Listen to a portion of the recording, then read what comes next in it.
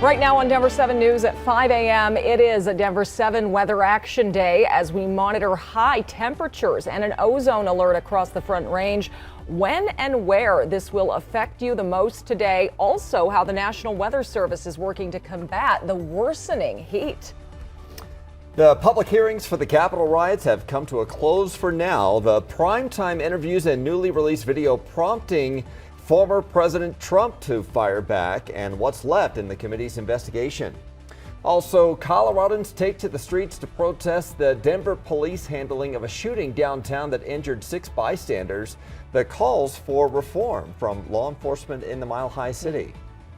On top of all that, it is Friday. Yes. Good morning to you. Thanks for joining us. I'm Brian Sanders. And I'm Nicole Brady. The sun isn't up yet, but it's going to heat up pretty fast today. Here's a live look from our camera out at Empower Field.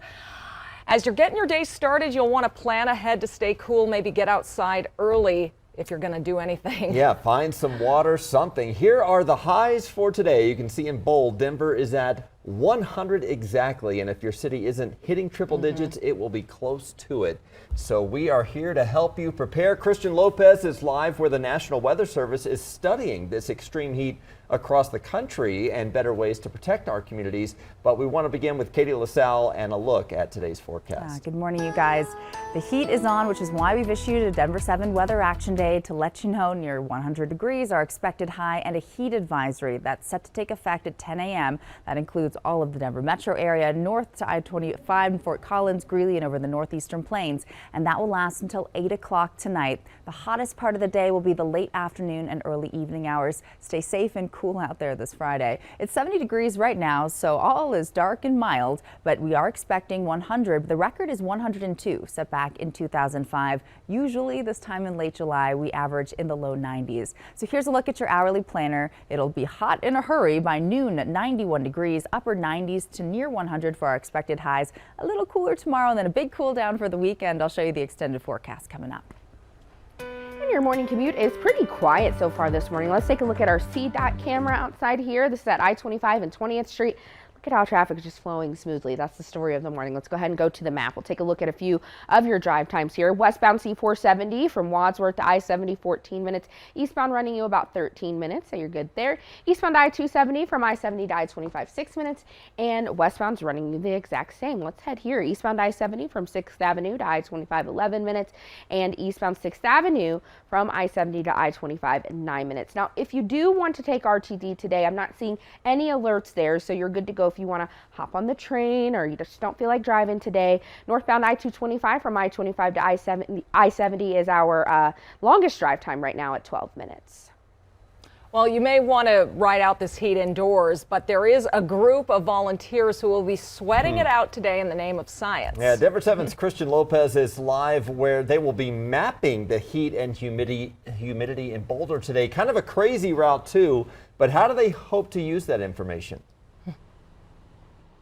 Yeah, so not everyone is excited for that triple-digit heat today, but this group definitely is because it's going to help them with that heat mapping. And what they're going to do with that data is figure out what areas around Boulder are impacted by the heat the most. And we're actually standing in the staging area where they're going to be meeting this morning. And we have a map of those locations and the routes that these volunteers are going to be going on this morning. So groups of about 30 people will be going to all of these areas in Boulder, and they'll be checking out to see where this hot and dry weather poses the most risk. They'll be traveling by car, bike, and by foot with sensors recording the temperature, heat, and humidity all throughout the day. And they're looking for what they call heat islands. And all of this will help them determine where it's best for the city to use natural climate solutions. And these are things like trees, gardens, and green spaces in the places that need them the most. And these things don't cost much, but they do a lot to help reflect that heat. Certain parts of the city, for instance, areas that have a lot of asphalt or concrete, absorb more heat and hold more temperature, making those areas hotter and less habitable for folks who are there. And all throughout the morning, we're going to be giving you a closer look at how this group is collecting all of this very important information and speaking to some of those volunteers who are going to be out there collecting this data. We're live in Boulder this morning. I'm Christian Lopez, Denver 7. Thank you, Christian. Well, that extreme heat isn't just on us here in the Front Range. It is all over the country right now. Record-setting temperatures are forecast through the weekend and maybe longer. Yeah, forecasters say more than 4 out of 5 Americans could be seeing temperatures above 90 degrees over the next week.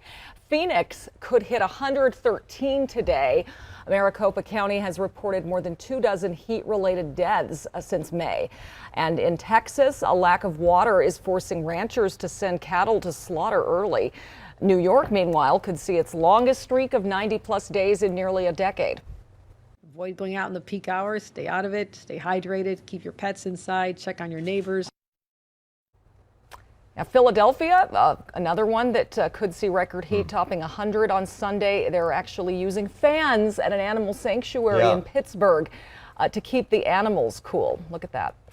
Well, you might have to hike a 14er here to escape the heat. Just remember that cramps and a headache are some of the first signs that you're dehydrated.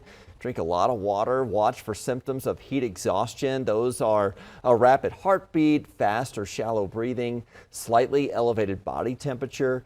And if it doesn't improve after about an hour, then you need to get to a doctor, especially if someone passes out or appears confused. A reminder, you can stay up to date on the forecast anytime with our 24/7 weather stream on Denver 7 Plus. You can download that to your streaming device for free.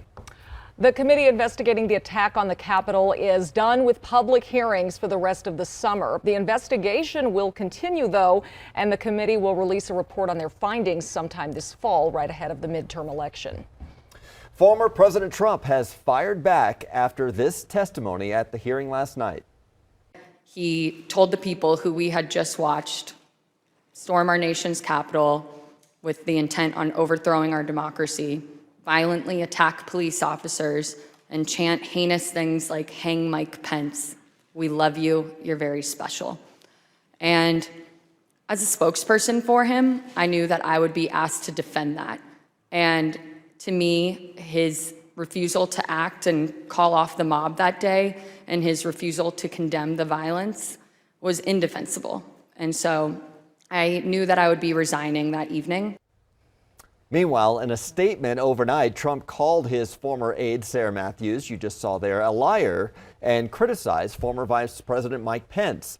Last night, the committee showed never-before-seen video of the former president the day after the riot. They played outtakes from a speech he recorded where he refused to say rioters broke the law or that the 2020 election was over. And if you broke the law, you can't say that. Okay, I'll do this. I'm going to do this. Let's go. But this election is now over. Congress has certified the results. I don't want to say the election's over. In another clip, his daughter Ivanka coaches her father in the background to say the election had been certified. In other D.C. news, doctors are continuing to monitor President Biden after he tested positive for COVID. The president's personal physician said he's only experiencing mild symptoms, including a runny nose, fatigue, and an occasional dry cough. The White House says they're not sure where he caught it, but the president is resting and taking the antiviral treatment Paxlovid. He'll remain in isolation till at least Tuesday. For the first time in nearly a decade, a case of polio has been reported in the U.S. The patient is described as an unvaccinated young adult who lives just north of New York City. That person had not traveled out of the country recently, so health officials are trying to determine where that infection originated. Polio was once common in the U.S., but mostly eradicated because of the polio vaccine. The last confirmed case in the U.S. was in 2013. A small group of protesters wants more transparency and accountability from Denver police after last weekend's shooting. They gathered outside the state capitol last night, demanding to see body camera footage from the Lodo shooting that injured 6 bystanders. But police have said they can't do that until their investigation is complete. The group also called for restitution for the victims and the creation of a civilian police accountability council. So long as there is not any kind of citizen oversight over the police forces, there will never be any type of transparency that we can reliably trust. Demonstrators feel police protocol is outdated and lacks transparency.